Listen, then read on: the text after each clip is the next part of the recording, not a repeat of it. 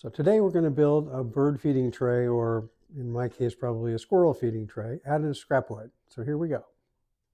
So here you have the scraps we're going to use today. We've got a 2x10 cutoff from another project, a couple 2x4s, and I'm not sure what this was because it's a cutoff remains from something else. So that is going to turn into a bird feeding tray, or as I said, squirrel feeding tray. As you can see, I don't have fancy equipment or even a fancy place. I just put equipment in my driveway when I need to do work because I don't want sawdust all over my cars and stuff. So we're ripping this board in half, and you'll see why shortly. I bought this table saw at a thrift shop, if that gives you an idea of my budget here. So here we go.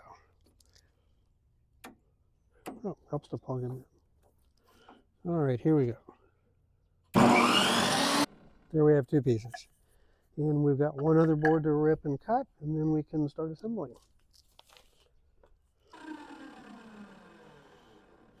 Now I've got 4 pieces of wood, and you'll see what they're each for here in a bit.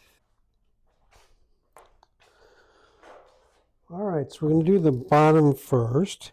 So this goes here, and this goes here, which creates this space, which will, the top board of my deck will slip into here.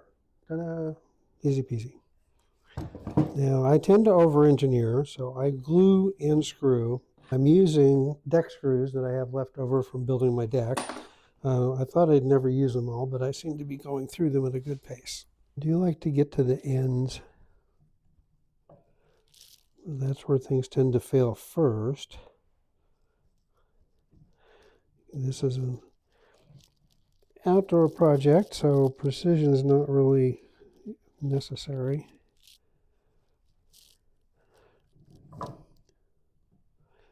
The rabbit, or excuse me, the birds and the squirrels don't care. To keep that in place for a very short time, my favorite tool,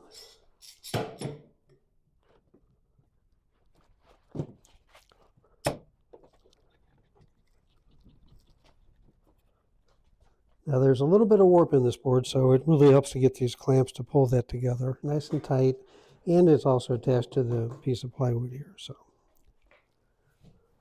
3 screws.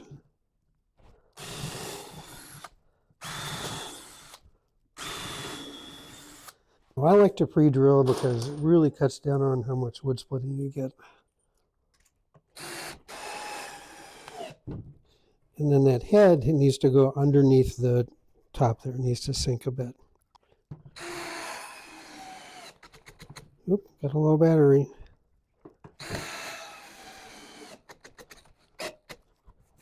Okay, there we go, step 1. Okay, fresh battery. So, that's here, and then this just goes here. It's not a bad idea to mark where you put your screws.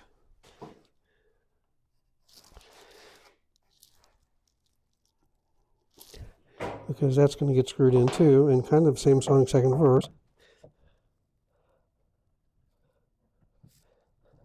Now you notice these screws are a little countersunk, so they're not going to interfere. I don't know why, but I like to put extra glue in those heads. If it's going to warp, it's going to start at the ends, likely. So just spread that out. Same thing here, get the ends. Don't really need a ton of glue. It's probably more than I needed.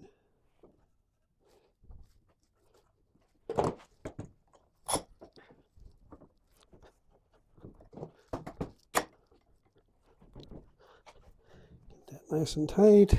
So this is that top board of the deck. It'll just slip in here, and then that'll hold it in place.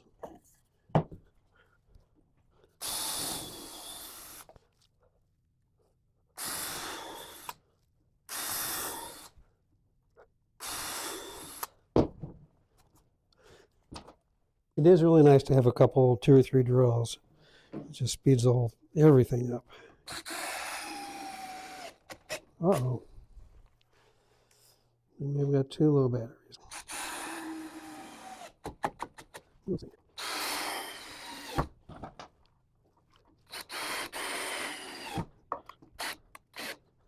There we go.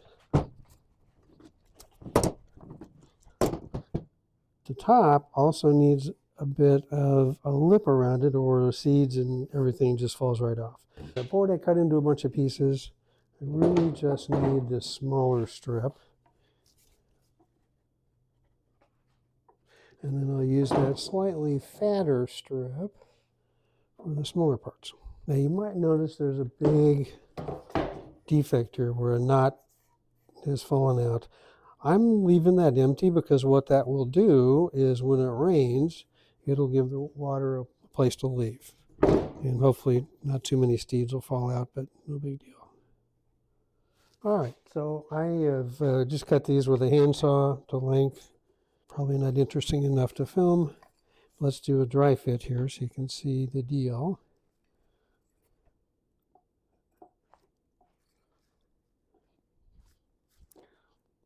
So it's just a matter of putting that together, boom, and then seeds aren't going to fly out easily.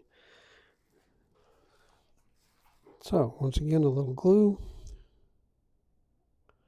Gonna skip more or less that area with the indentation. I've got a nail gun, but frankly, setting all that up, just too much of a hassle today. So we're going to do it the old-fashioned way with just some nails. I know, archaic. Start in the middle, because that's right, and then these can be pushed out a little bit if need be. Now the cut edge is on the inside, because that creates more of a square to stop things. If it's rounded, it's easier things to roll up and over. So flat side in. Okay. And we continue. This piece of 2x10 was not cut square, it's slightly off, and it's got some warp in it, but we're working with all that because scraps. You can see there, that's how much warp is in it. It's a lot of warp, so let's see what happens when we put a little clamping pressure on it. That made the other side come up.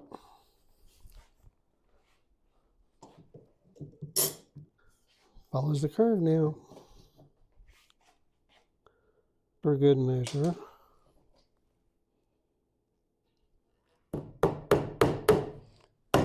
Those clamps on and let that glue dry. It'll be great. And same thing on this side.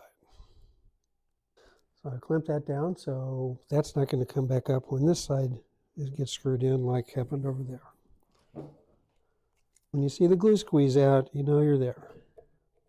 I'm going to leave these in clamps for a couple of hours, let that set up, so it's going to stay.